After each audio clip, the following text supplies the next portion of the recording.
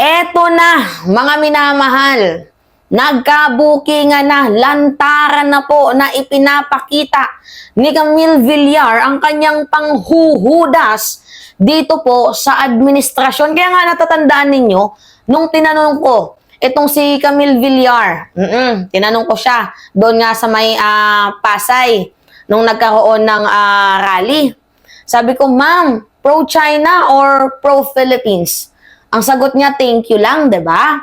So kagaya din sa mga Duterte, pag tinatanong, maka-Pilipino ka ba? Pro-Philippines or pro-China? Hindi sumasagot din sila, 'di ba? Even though itong si Sara Duterte, no comment. And ano pa nga ba ang aasahan natin? Malaki po ang ibinigay na proyekto ng mga Duterte dito sa mga Villar. So ano pa nga aasahan natin dito kay Camille? So sabi ko nga sa inyo, meron diyang 3 or 4 na huhudas. Manghuhudas pa lang kung sakaling manalo itong mga nasa Bagong Pilipinas slate, manalo bilang senador at makatulong nga po para hindi ma-pursue ang impeachment laban kay Vice President Sara Duterte. Alright, so ngayon basahin natin itong balitang to. Larawan ni na VP Sara, mag-amang Villar, usap-usapan. At guess what, mga minamahal? Yung ibang mga DDS, katulad ni Mark Lopez, abay pinag-iisipan na nila na baka iboto na rin nila itong si Camille Villar. Kasi baka pagdating ng panahon, ito ay makatulong para hindi ma-pursue yung impeachment nga laban kay Vice President Sara Duterte. And I know, mga minamahal, this is a mind game ng mga Villar para manalo itong si Camille. Alam nyo ba, meron na akong nabalitaan na itong mga Camille, itong mga Villar, kalaban man sa hindi, binibigyan nila ng pera. Alam nyo ba yun? Nabalitaan ko lang yan, ha? Chika lang yan. Kunyari, for example, sa isang lugar, sa Nortehanon, kalaban man nila yung tao or kakampi, magkalaban man sila, binibigyan nila ng pondo para manalo itong si Camille, which is good strategy. 'Di ba? Magkalaban man yung dalawang kumakandidato diyan sa isang lugar na yan, pondohan nila, edi parehas nilang ikakampanya itong si Camille. 'Di ba? Ang galing ng strategy. Totoo 'yon, mga minamahal, according to my A1 sources.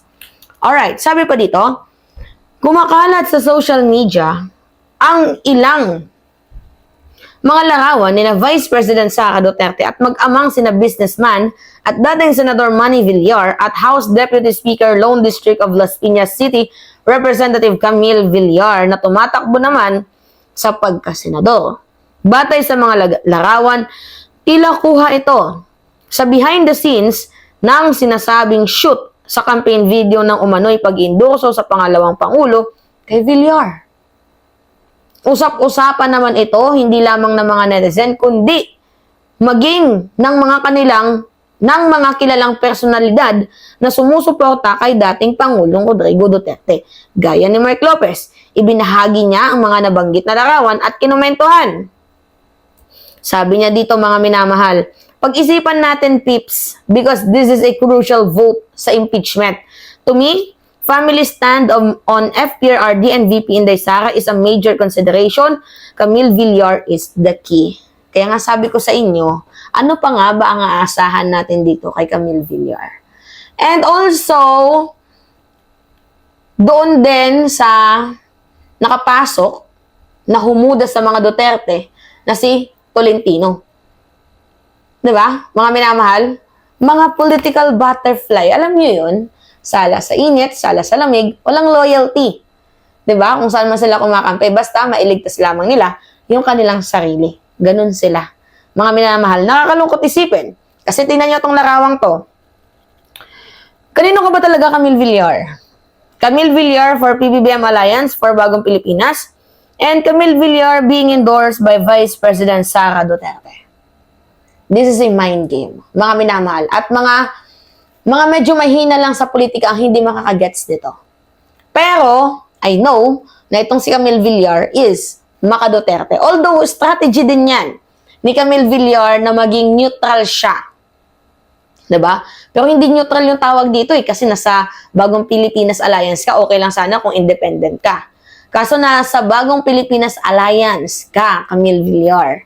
Tandaan mo yan. And yet, nagpapa-endorse ka sa mga Duterte. Ano yung napag-usapan ninyo? Magkano yung bayaran? Kung meron man, nagtatanong lamang po. 'Di ba? Nag-usap na ba kayo sa impeachment na, hindi kami boboto sa impeachment? Ganun ba?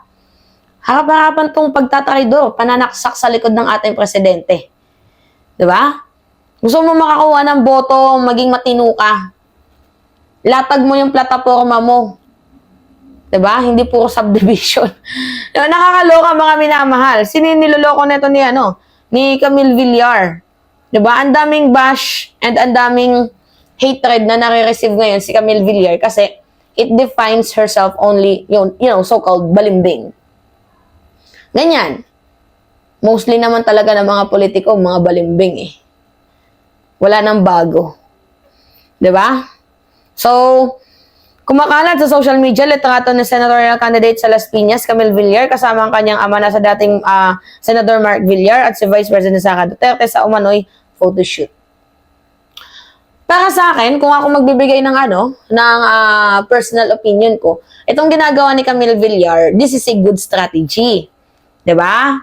Na kapit sa mga Duterte para makakuha ng boto at kapit dito sa Bagong Alliance para makakuha ng boto. Good strategy din yan. Pero kung matalino ka, kung ikaw ay DDS, isipin mo nandun sa Bagong Alliance, 'di ba?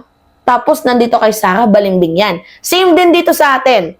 Nandito kay PBBM pero nagpa-endorso kay Sara. So instead na iboto, wag na lang. Kasi maganda yung strategy ni Camille. Pero kung matalino ka, hindi mo siya iboboto. Kasi that defines herself as a balimbing person. 'Di ba? Yung sinisave niya lang ang sarili niya. Ganyan po kaangas, mga minamahal, itong si Camille Villar. Nakakalungkot man isipin, but that is politics. 'Di ba? Politika. Ganyan po yung politika sa bansang Pilipinas. Nakakalungkot man, pero wala tayong magagawa. Alright. So, yun po mga minamahal. Anyway, pengi lang po ako ng comments ninyo, likes, and share. And also, mga minamahal, don't forget to click the subscribe and hit the notification bell. Yan yung pinakamahalaga para na-update kayo sa mga video na ina-upload natin. At by the way, maraming salamat sa mga patuloy na sumusuporta sa ating munting channel dahil tayo po ay umabot na sa sobra 300,000 and as of the moment, 303. 3,000 po ang nadagdag sa ating mga kapatid dito po sa ating munting channel. Maraming salamat mga minamahal sa inyong patuloy na pagsuporta. Ako yung nagpapaalam na ingat mga kababayan.